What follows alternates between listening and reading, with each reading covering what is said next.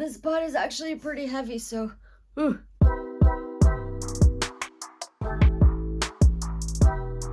Hello beautiful plant people, it's Skully and welcome to Skully's Creations, where we talk about plants and occasionally do a creative project here and there. If that sounds like your thing, your jam, please subscribe. Make sure you hit the bells to be notified next time I put out a planty video.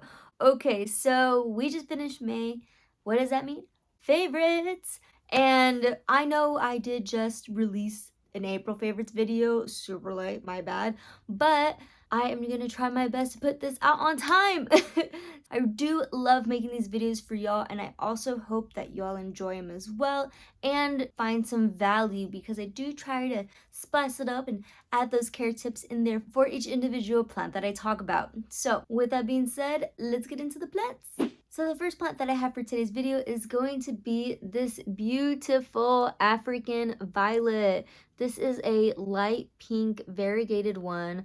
Now, that's what's really amazing about African violets, is you can find so many different varieties of African violets in different colors. And if I find the name of this specific African violet, I'll definitely put it on the screen for you.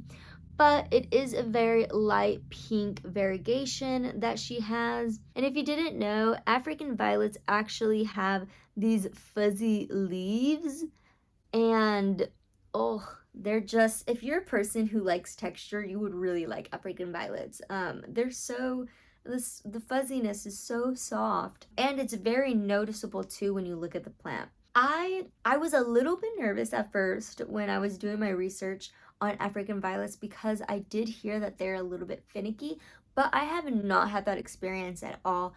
She is a newer plant to my collection. I've had her for exactly 1 month now, and so far so good.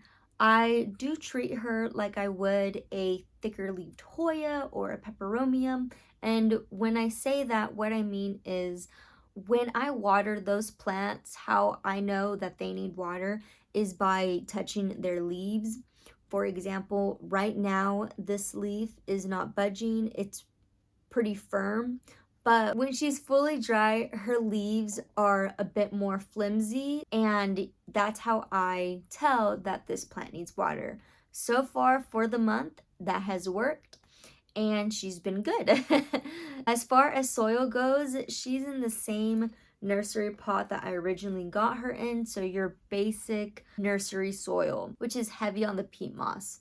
Now, I obviously will change that when I do repot her, but I'm not 100% sure on what mix I want to do.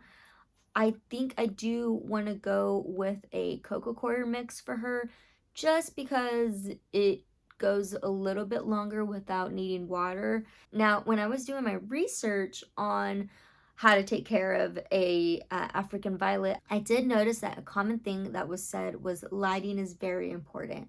So they want bright and direct light, and I currently have her about a foot away from a south facing window, and so far so good. I think she would appreciate being a little bit closer to the window, but I just currently don't have the room. But what I did notice is she sits like this, and you can tell that her leaves are trying to go towards the light. So what you can do in order to fix that is just turn your plant. And so then these leaves will start straightening out because they'll start going towards the light. So that's the only thing that I've noticed, and why I think she would appreciate a little bit higher light, but it's good enough for now. I don't have the room to put her a little bit closer, so for now it's working. So yeah, anywho, that is all I really have to say about this fuzzy African violet. Yes, oh, look at those pink leaves. If you didn't know, I love me a pink plant, and she definitely had to make my favorites video because I just got her this month and I was just super excited to show you. So African violet.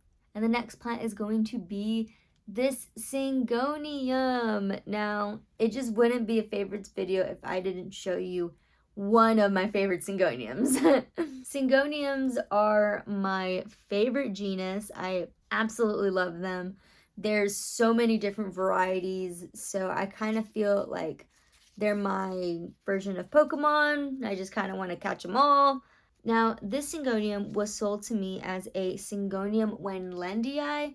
However, I have had people comment and let me know that this is not a Wenlundii, and this is a something with an A, and I'll put it on the screen because I don't remember. But either way, she is in my favorites video because these two new leaves have emerged.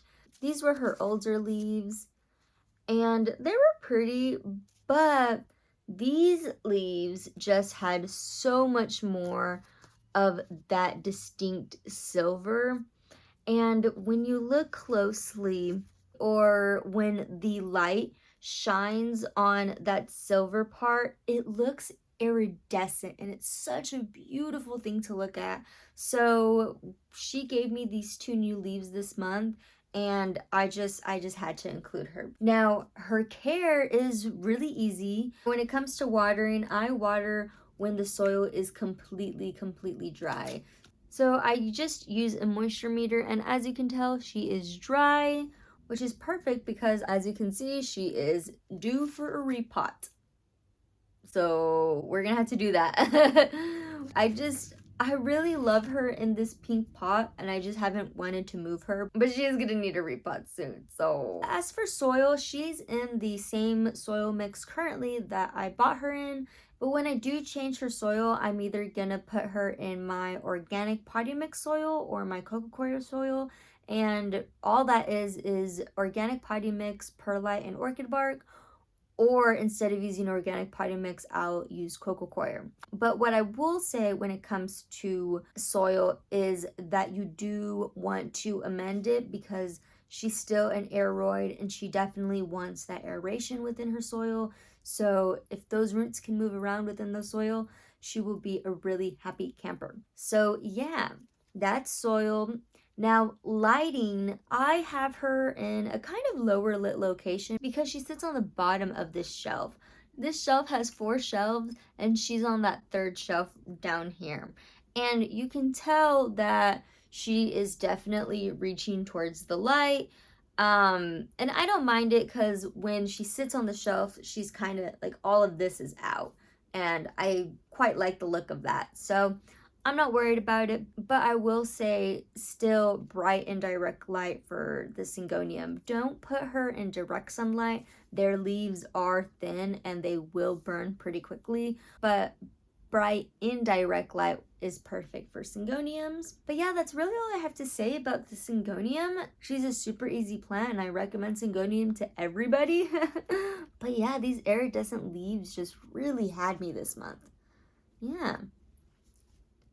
Okay, so this next plant that I'm going to talk to you about is going to be a little baby plant, but it is my baby ring of fire. And I will definitely put the mature version on the screen for you so you can see. When this plant is mature, it is gorgeous, and she's gorgeous now. But I also feel like not a lot of people are talking about Ring of Fires anymore, and that could be due to the fact that the price is going down, but that's a great thing because now it's more affordable and more people can have it because it is a beautiful plant. Now, the reason why she really stood out to me this month is this leaf right here she gave me, and the camera just, I don't even know if it does it justice. It's like a peachy color. Oh, it's just really gorgeous. And not only that, but you can kind of see that this leaf is starting to get her waves. And then you add the orangey color that she gets when her new leaves emerge, and it really does look like a flame, and it is just such a beautiful plant. Plus, she's a quick grower, and we all love a fast growing plant. So when it comes to watering, I make sure the soil is completely dry before I give her a good watering because I don't want to cause any root rot. Plus, she's an aeroid, so she likes to dry out. So the soil mix that I currently have her in is coco coir, perlite, and orchid bark.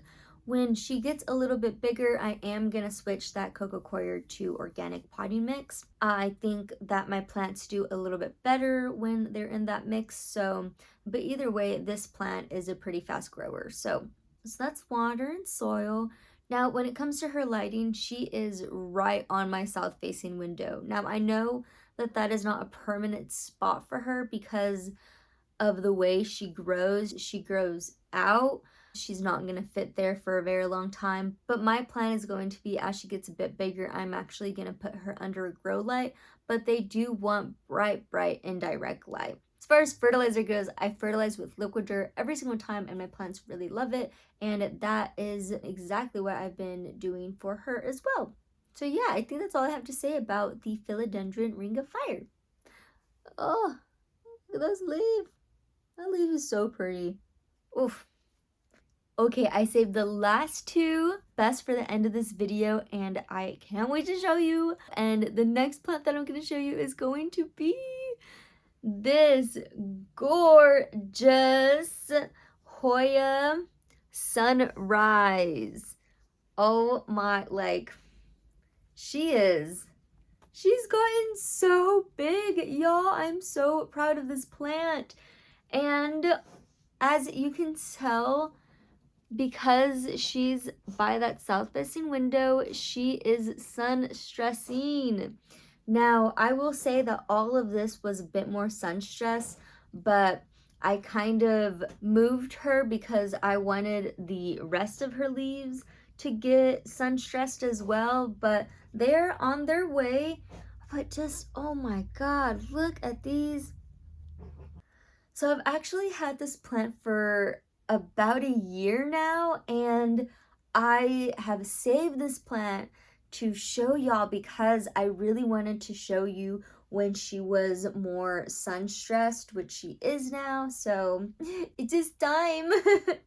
Oh my goodness, this plant has just made me so happy because this is probably one of my most sun stressed Hoyas, and I don't really hear people talking too much about it anymore. I don't know why that is. It is still a gorgeous Hoya. Yeah, definitely a Hoya that I would recommend. Now, when it comes to care for lighting, she is right up against that south facing window. She's getting full sun every day, all day. And that's what brings out those beautiful red leaves that she has going on. Now, when it comes to watering, I water her when she is fully dry, and I think she actually may be fully dry now. Let's check. Oh yeah, she is completely dry. So I will definitely be giving her a watering today. And honestly, I kind of wanted to repot her. She is currently in terracotta, and people say not to put Hoya in terracotta because their roots will actually stick to the terracotta, but I put her in this before I knew that. But we will see when I repot her. I want to repot her just because I want to take her out of this terracotta. She does, especially right now, dry out a lot more quickly. So if I can put her in a plastic pot, then that will retain her moisture a lot longer. The soil mix that I have her in is organic potting mix, perlite, and orchid bark, and she absolutely loves that. I did want to make sure that she gets a really chunky mix because Hoyas, that's something you definitely want to give them. You want to add a lot of orchid bark if you're amending your soil, because they do love aeration in their soil. They also don't like to be overwatered, so definitely make sure that this plant is completely dry before you give her a watering, just like how it looked on the moisture meter there. What else about this plant? Oh, fertilizer. You're gonna get so tired of me saying it, but I do fertilize with liquid dirt every single time, all of my plants. So that's what she gets, and she has been loving it. So one more time for those beautiful sun stressed leaves. Hoya Sunrise. Okay, so the final plant for today's video. Oh my gosh, you guys, this plant has made me so incredibly happy. And I can't wait to share her with you, and it is going to be this gorgeous, big, bad ass of a plant. This is a Anthurium Dock Block and Magnificum hybrid. Ooh. And I just, like, wow. Look at that. She's gorgeous. Like, what? Like, what? She's just, ooh. Oh my god.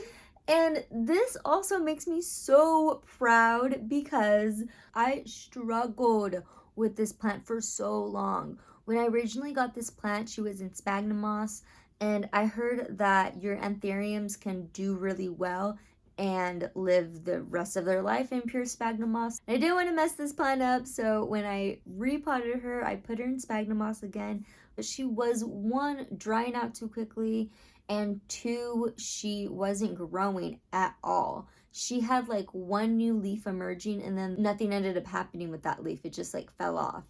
And you can see the struggle that I've had with this plant, but I've left them on there because they are contributing to photosynthesis, and I don't want this to be the only leaf that's helping her right now.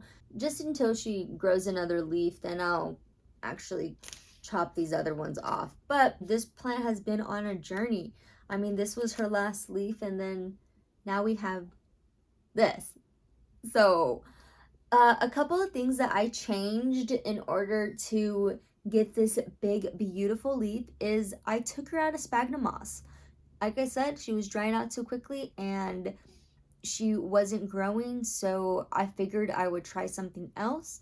And I put her in a really chunky mix, and I put her in organic potting mix, perlite, and orchid bark, but I did make sure to put a little bit more orchid bark than I would normally, just to make sure that that mix was extra chunky for her, because again, I didn't want to overwater, but clearly I was underwatering. So anyways, we've definitely been on a journey. But when I went from sphagnum moss to soil, I almost immediately started seeing a new growth point. So I really do think that that really helped her, number one. And then number two, I actually moved her closer to the window and under a grow light. So I gave her more light as well. So those are the two things that I changed. And then just this big, beautiful leaf emerged. And it's been doing really well. Like, there's a little bit of cosmetic damage there.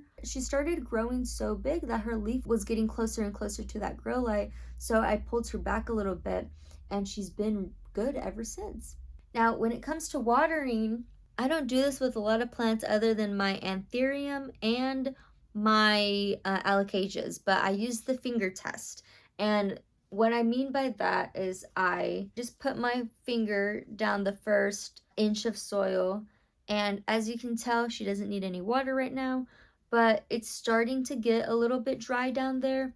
So I do know that she'll need water in maybe a few days, but not right now. That's what I do, because what I was doing was letting her completely dry out and then watering her, but as you can see, that was not working. So I started treating her like I would an alocasia, because that's the thing about anthuriums. They want their soil to be not moist but not wet.